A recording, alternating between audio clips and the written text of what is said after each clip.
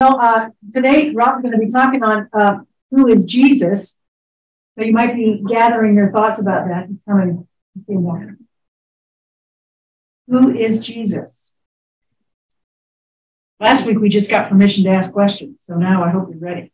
You got that answer? No, ma'am.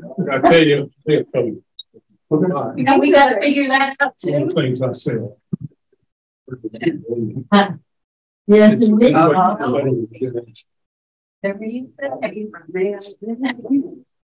Aaron. Get started now. Well,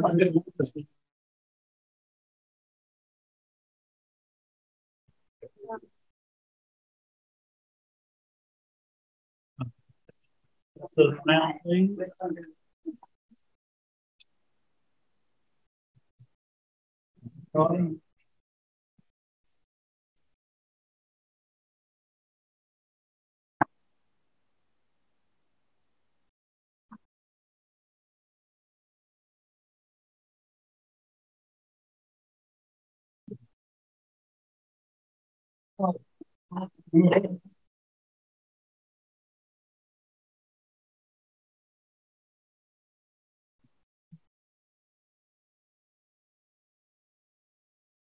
As long as this works.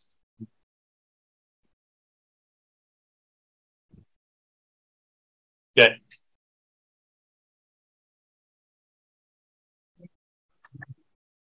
All right. Good morning, everybody.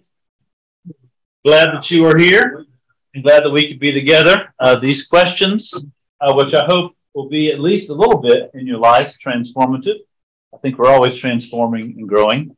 As Allison said last week, the cards on the table are for your questions. Sometimes you don't want to ask, you're not quite sure how to put it down, maybe just to write it out before you want to say it out loud. Any of those things are fine. So today, as we are going along in this, last week it was just about the importance of asking questions. And I hope that you all, if you weren't here, just know that and how we want to know things. We aren't just really, as an Episcopal church or as many denominations, really just opening up your head, putting in information, and then just expecting you to get it. We want you to open your hearts, your minds, and we know there are a lot of things going on in your lives that generate those questions. And I think the first one for us as Christians really then becomes we're calling ourselves Christians, Christians. Who is Jesus? Why is it that Jesus makes a difference? Why aren't we then Jewish or Muslim or Hindu or nothing, just good moral people going about our lives, loving other people? What is it about calling ourselves Christians? What is it about the nature of Christ, who Christ is, that really makes a difference? So that's part of the question we have today. And I don't have an answer for that. Sharon's like, okay, tell me answer. Tell me answer. That's right. It would be a very, very thick book of things. So, well, one of the ways I want to approach this today, and this is what your sheet is, as we talked about last week, there are three things where we go for answers, particularly in the Episcopal Church, Anglican Communion. One is to Scripture. Scripture. The other one is tradition. The other one is reason. Scripture, tradition, and reason. I know Allison said experience, and that is part of it. But my dad, who's a physicist, he and I were talking this past week, and he said, you know why the four-legged stool doesn't work? He's like, why is that? Because just think of it. A three-legged stool is always going to sit on the ground and not wobble. You've got 3 points. But if you've ever sat down at a table that's got 4 legs, there's a chance that it wobbles. I thought that was an interesting way. Not that experience is unimportant, but experience really is tied to our reason.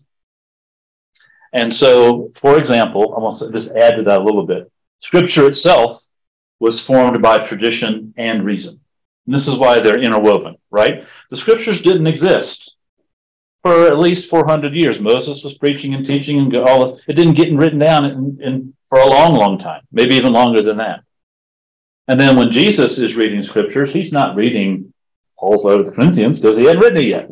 So how did that come into be? So the tradition of the church and the reason of people listening to the inspired word of preachers and writers, whatever else, begins to shape what the scripture is. And then in the same way, then the scripture forms tradition in the future and allows us to reasonably listen, read, learn, mark, and inwardly digest so that we get it. So there's always an interweaving of those three: scripture, tradition, and reason. One of the things I want to start with today in terms of who is Jesus is something that I find highly reasonable and interesting. Not necessarily scriptural in the sense of scripture, because one of the commandments is make no graven images, so, and that's one of the things with the Reformation, right? Any stained glass was anathema. You can't have an image of Jesus or of Moses or of God, so don't even try. Just wipe it out. And you've probably been in churches that are just that plain. Even our church inside stained glass window has got no faces. It has some images. It's got an alpha and an omega, and we'll get to that, but there are really no images. This, however, I think is an important thing in talking about who Jesus is, because we maybe had a picture book as a child where there's one image in our life that, okay, that looks like Jesus or that's God or whatever else. This video that I'm about to show you, if it will come back, is many of the pieces of art and other people's imaginations. We try to think of what did Jesus look like? And so I wanted to start with this. He looks like the guy on The Chosen. Exactly. Yeah, he sure does now. Hey, here. That's right. Yeah, it's YouTube, so it starts off with the commercial. Sorry. Gets you in the spirit. Oh. Spirit. Oh, I like that.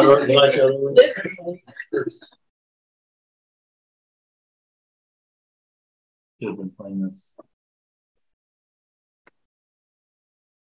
This is really good. I want it to work. Please work. Technology is great. It's hard to get everything working at the same time. The heat. I know. We got the well, we got the heat, we got some of the internet. Let's not get greedy. That's right. It's coming along. You just have to be patient. And Jesus would look like. I think he yes. teen That's right. There we go. Look at his eye. If you have a phone or anything, if you turn your Wi-Fi off, some of you automatically attach to Wi-Fi when you walk in, and sometimes that drains our abilities, and we found that to be helpful from time to time.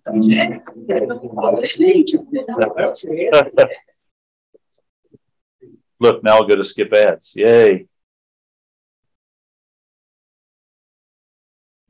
That means we're skipping everything.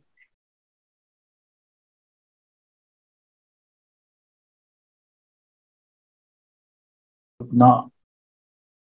Where's that? Yeah.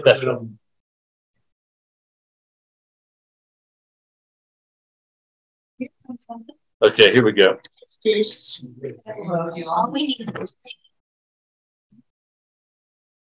We've seen that look before.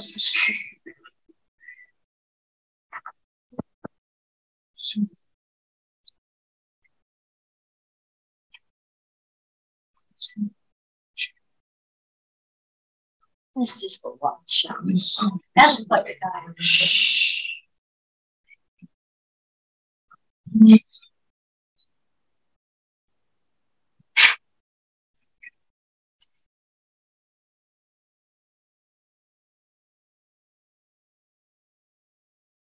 Well, I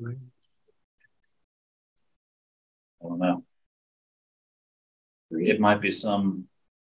It doesn't look Greek. It looks more Eastern Orthodox-ish. So I don't know if it's.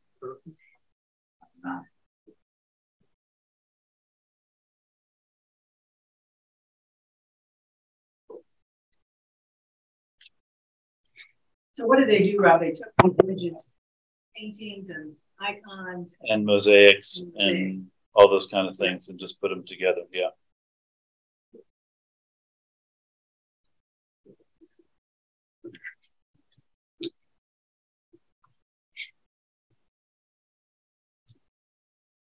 I'm going to give it a few more seconds and then we will.